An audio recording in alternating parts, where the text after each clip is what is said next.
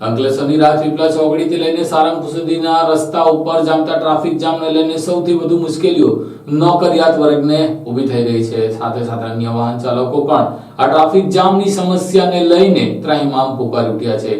ત્યારે પોલીસ હવે આ ટ્રાફિક જામની સમસ્યાનો અંત લાવે તે જરૂરી છે। અંકલેશ્વરમાં દિવસે દિવસે ટ્રાફિક જામની સમસ્યા વધુ ઉદ્ભવી રહી છે। પોલીસ હાલ તો મેમા ફાડી રહી છે અને આડેધડ પાર્ક કરનારાઓ તેમજ આરટીઓના નિયમોનો ભંગ કરનારાઓ સામે પગલાં ભરી રહી છે, પરંતુ અંકલેશ્વરમાં ટ્રાફિક જામની સમસ્યાનો અંત આવતો નથી તેવું હાલના તબક્કે વાહન ચાલકોને લાગી રહ્યું છે। ત્યાં હાલ તો અંકલેશ્વરની રાજપીપળા ચોકડીથી લઈને સારંગપુર સુધીના રસ્તા ઉપર રોજ જે ટ્રાફિક જામ થઈ રહ્યો છે તેને લઈને સૌથી વધુ મુશ્કેલીઓ નોકરિયાત વર્ગને ઊભી થઈ રહી છે। કારણ એટલું જ છે કે નોકરિયાત વર્ગને કંપની ઉપર સમયસર ન પહોંચી શકતા તેઓનો અડધો રોજ કપાઈ જાય છે, તો બીજી તરફ સાંજના સમયે પણ તેઓ કંપની બહાર નીકળતા અને ઘર સુધી પહોંચતા તેને કલાકોનો સમય પસાર થઈ રહ્યો છે। ત્યારે રાજપીપળા ચોકડીથી સારંગપુર વચ્ચે બનતા રસ્તાનું કામ બોકડ ગતિએ થઈ રહ્યું છે અને તેને પગલે પણ ટ્રાફિક જામ થઈ રહ્યો છે। ત્યારે આ ટ્રાફિક જામ ને દૂર કરવા માટે ત્યાં પોલીસ હાજર હોય છે, ટ્રાફિક પોલીસ અને બીટીઈટીના જવાનો હાજર હોય છે, સાથે ટ્રાફિક પોલીસો પણ ત્યાં હાજર રહીને લોકોના મામા ફાડી રહી છે, એટલે વાહન ચાલકોના મેમો ફાડી રહી છે।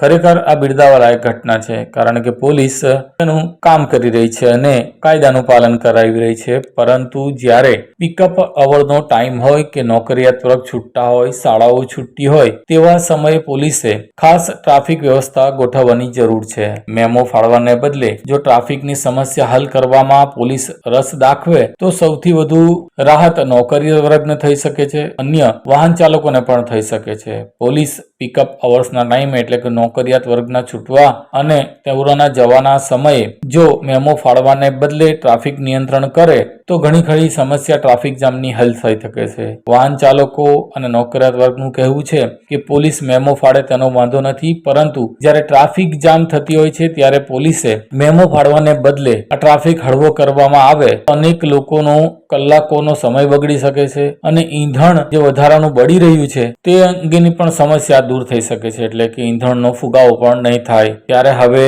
અંકલેશ્વર રાજપીપળા ચોકડીથી સારંગપુર સુધી પોલીસ વડા દ્વારા ટ્રાફિક પોઈન્ટ પર પોલીસ મૂકવામાં આવે અને આ વાહનોને નિયંત્રણ કરવામાં આવે, ચક્કાજામમાંથી મુક્તિ આપવામાં આવે તેવી નોકરિયાત વર્ગ પણ માંગણી કરી રહ્યો છે।